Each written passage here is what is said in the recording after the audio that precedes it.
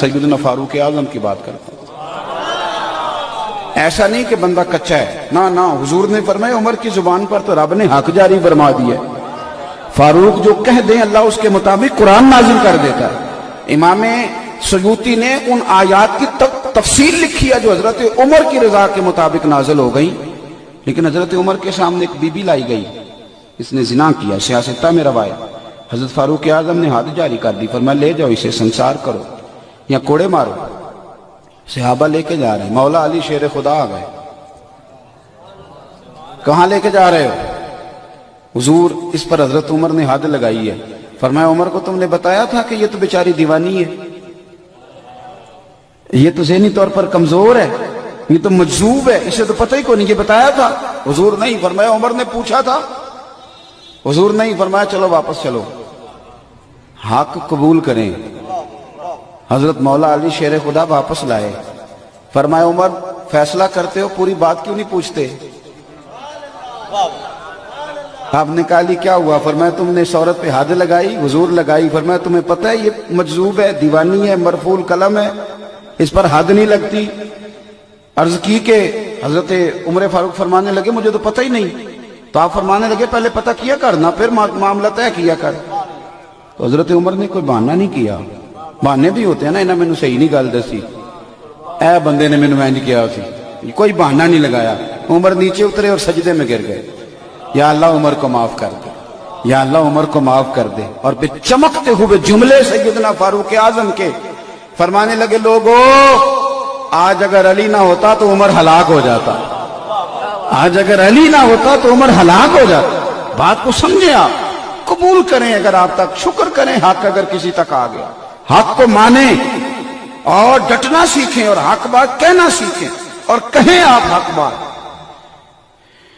یزید وہ والا نظام لے کے آ رہا تھا جو دبئی میں ہے، جو شارجہ اور مسقط میں ہے، مسجد بھی بڑی، شراب خانہ بھی بڑا، وہ والا نظام چاہتا تھا۔ ہمارے حکمران کہتے ہیں نا جی مسجد کھلی ہوئی ہے، مولوی ادھر چلے جائیں پر ادھر جانے سے بھی لوگوں کو نہ روکیں، یہ والا ماحول یزید چاہتا تھا۔ وہ کہتا تھا کہ میں کسی کو اس نے مسجد نبی میں نماز تو ایک دن بھی بند نہیں کرائی، وہ تو امام حسین کے بعد جب اس نے حملہ کیا تو معاملات الگ ہیں، کسی مسجد میں نماز نہیں روکی۔ وہ تو یہ چاہتا تھا کہ تھوڑی مرضی بھی کرنے دو، تو امام علی مقام نے فرمایا یہ نظام مصطفیٰ ہے، اس نظام میں مرضی مصطفیٰ کریم کی چلے گی، تیری نہیں چلے گی۔ لوگ کہتے ہیں کہ یزید نے فلانی شے کا حکم نہیں دیا، تو میں نے کہا چلو اتنا ہی مان لو کہ یزید نے عبید اللہ ابن زیاد کو گورنر تو بنایا تھا کہ نہیں؟ یہ تو کہا تھا کہ نہیں کہ حسین کو کوفے میں داخل نہ ہونے دینا، یہ تو کہا تھا نا میری بیعت لینا۔ تو آپ کس طرح اسے اس کی صفائی پیش کرتے ہیں؟ اس بدبخت نے تو یہ سارے کارنامے کیے۔ اور پھر امام علی مقام رضی اللہ تعالیٰ عنہ اگر اس مقام پر تھوڑی دیر کے لیے بھی اس ظالم کی، فاسق اور فاجر کی بیعت کر لیتے، اچھی طرح میری بات سمجھ لینا، تو آج سارے حکمرانوں کے لیے دروازہ کھل جاتا، سب کے لیے کھل جاتا دروازہ۔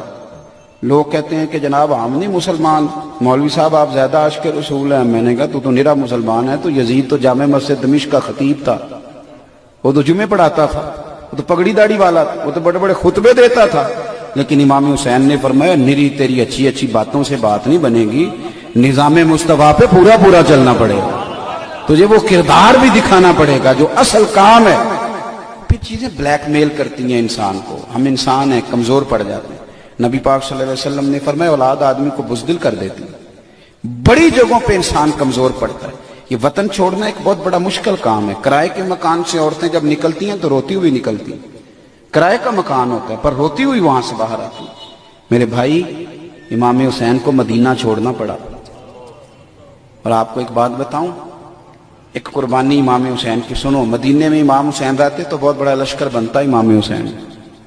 حضرت عثمان غنی رضی اللہ تعالیٰ عنہ کو لوگوں نے کہا تھا کہ یہ مٹھی بھر لوگ ہیں جنہوں نے آپ کے گھر کا محاصرہ کیا ہوا ہے، آپ ہمیں اجازت دیں، ہم انہیں قتل کر دیں۔ تو پتہ ہے حضرت عثمان غنی نے کیا فرمایا؟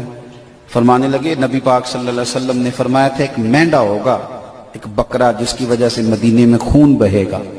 فرمایا میری جان جاتی ہے تو جائے، میں مصطفیٰ کے مدینے میں خون نہیں بہنے دوں گا۔ حضرت امام حسین رضی اللہ تعالیٰ عنہ کی پہلی قربانی یہ ہے کہ انہوں نے مدینے میں کسی قسم کی کوئی کسی کو بدامنی کرنے کی اجازت، وہاں سے نکلے سیدھے جا سکتے تھے مینا، 8 ذی الحج کو زور کی نماز حاجی مینا میں پڑھتے ہیں، جاتے بڑا لشکر بن جاتا، لیکن امام حسین نے فرمایا میں حج کے اجتماع کو بھی اس کام کی نظر کرنے نہیں دوں گا، قربانی دی۔ امام حسین کربلا میں آئے، اپنی بھوک سہی جاتی ہے، بچوں کی نہیں سہی جاتی، پر امام حسین کے بچے 3 دن بھوکے پیاسے رہے، ساری باتوں کو وہ جانتے تھے، انہیں پتا تھا کہ جنہوں نے مجھے روک لیا ان کے ارادے کچھ ٹھیک نہیں، بڑی تکلیف سہی۔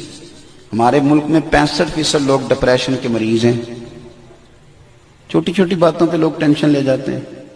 میں اکثر کہا کرتا ہوں کہ یہاں کسی کا کٹا ہوا ہاتھ پھینک دیا جائے تو لوگ اٹھ کے ڈر کے دوڑ جائیں، ہاتھ خوف کھائے گا مجمع، لیکن امام حسین کا تو سر کٹ گیا۔ ہم بیان کر دیتے ہیں، آپ سن لیتے ہیں، کبھی سوچا ہے؟ ہمارے قومی جو چینل ہے نا پاکستان میں، پیمپرا نے پابندی لگائی ہے کہ کوئی لاش اگر پورا کٹ جائے نا اس کا جسم، تو قومی ٹی وی پہ اسے دکھانے کی اجازت نہیں، وہ دائرہ لگا کے دکھاتے ہیں۔ کیوں؟ قوم میں خوف پیدا ہوتا ہے، لوگ ڈریں گے، بچے ہو سکتا ہے رات کو سوئے نہ، عورتیں پریشان ہو جائیں، قومی ٹی وی پہ دکھایا نہیں جاتا۔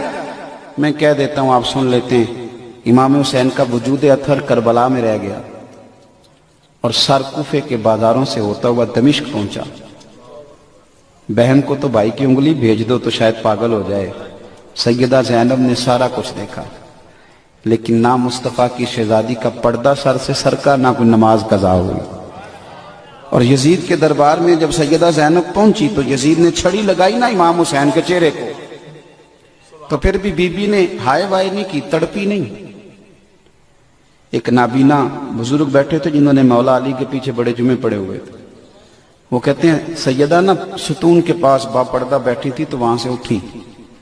ہماری تو بیویاں بات شروع کرتی ہیں تو اتنا روتی ہیں کہ بات کی سمجھ نہیں آتی، پیچھے سے اٹھی، پہلے اللہ کی حمد کی، پھر نانا مصطفیٰ پہ درود پڑا، پھر کہا ان اللہ مع الصابرین، اور پھر فرمانے لگی تو کہہ رہا ہے کہ معاذ اللہ تو جیت گیا ہے اور حسین بظاہر ہار گئے۔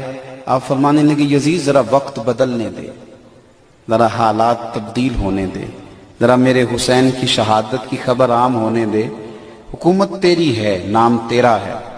اور سیدہ زینب جب تقریر کر رہی تھی نا، بات کر رہی تھی، تو وہ نابینا ساتھ والے آدمی کا گھٹنا ہلا کے کہنے لگے علی آ گئے دربار میں، یہ تو علی کی آواز، میں نے بڑے لہجے میں اثر گھول رہے ہوں جیسے، اور جبریل امی بول رہے ہوں جیسے، دربار دمشق میں سیدہ زینب کا خطاب، منبر پہ علی بول رہے ہوں جیسے۔ میرے عزیز، حضرت سیدہ زینب فرمانے لگی حکومت بھی تیری ہے، اس وقت حالات بھی تیری طرف ہیں، لیکن ذرا وقت گزرنے دے، ٹائم تھوڑا بیت لینے دے، ذکر تیرا بھی ہوگا پر لوگ تجھے شر کی علامت کے طور پر جانیں گے، اور ذکر میرے حسین کا بھی ہوگا، اور خطیب خطبوں میں درود پڑھا کریں گے۔ اپنی زندگی میں صبر کا ماحول بنائیں، اپنے آپ کو صابر بنائیں، تھوڑا برداشت سیکھیں، تھوڑا حوصلہ کریں، تھوڑا ٹھہرنا سیکھیں۔ ہمارے گھروں میں کوئی لڑائی نہیں، صرف حوصلہ نہ ہونے کی جنگ ہے۔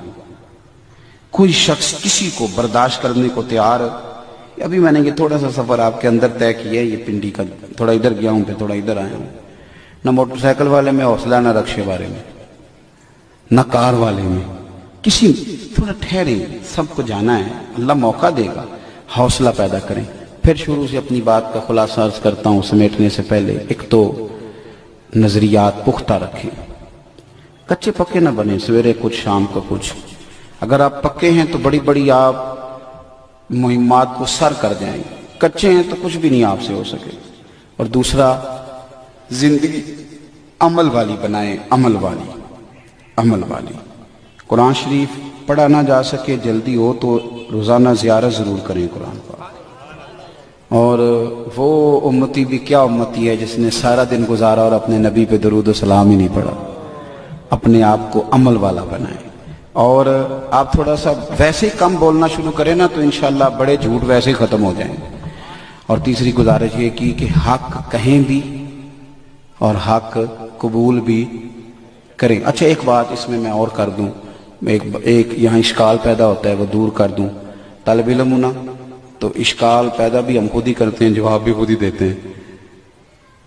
یہاں ایک اشکال بھی پیدا ہوتا ہے. ایک بندے کے نزدیک حق یہ ہے اور دوسرے کے نزدیک حق وہ ہے. تو اگر دوسرا اس کو حق جاننا ہے تو اس کو مجبور نہ کریں کہ وہ آپ کے پیچھے چلے. اگر وہ حق جان رہا ہے, بندہ مخلص ہے. ایک بزرگ ہیں, ان کا خیال یہ ہے کہ تدریس ہونی چاہیے, واعظ و نصیحت ہونا چاہیے, اس طرح دین پھیلانا ہے تو ان کو پھیلانے دیں. ایک کہتے ہیں نہیں میدانوں میں نکلو, تو ٹھیک ہے, ان کا اپنا نظریہ ہے, ان کو بھی کرنے دیں. لیکن دوسرے کو نہ کبھی بزدل کہے اور نہ جو دوسرا ہے اس کو آپ معاذ اللہ کوئی اور لقب نہیں, تھوڑا سہے. یہ سارے رنگ ہمارے بزرگوں کے. حضرت عمر جلالی تھے, عثمان غنی طبیعت کے بڑے نرم تھے, پر ہیں خلفائے راشدین. تو یہ سارے پھول ہوتے ہیں اور خوشبو اپنی اپنی ہوتی. اور آخر میں یہ عرض کیا تھوڑا زندگی میں صبر بھی پیدا کریں, تھوڑا حوصلہ بھی, تھوڑا اپنی طبیعتوں کے اندر ٹھہراؤ لائیں. آپ یقین کریں اگر ہمارے اندر تھوڑا حوصلہ آ جائے نا, اور دل دریا سمندروں ڈونگے تو کون دلانیاں جانے. آپ یقین کریں ہماری بڑی دوستیاں بچ جائیں, بڑے رشتہ داریاں بچ جائیں, بڑا کچھ ہمارا ٹھیک ہو جائے. دعا کرتا ہوں جو کہہ سکا ہوں اللہ اسے قبول فرمائے. دوران گفتگو جہاں بھول گئے اللہ درگزر فرمائے. آخر دعوانا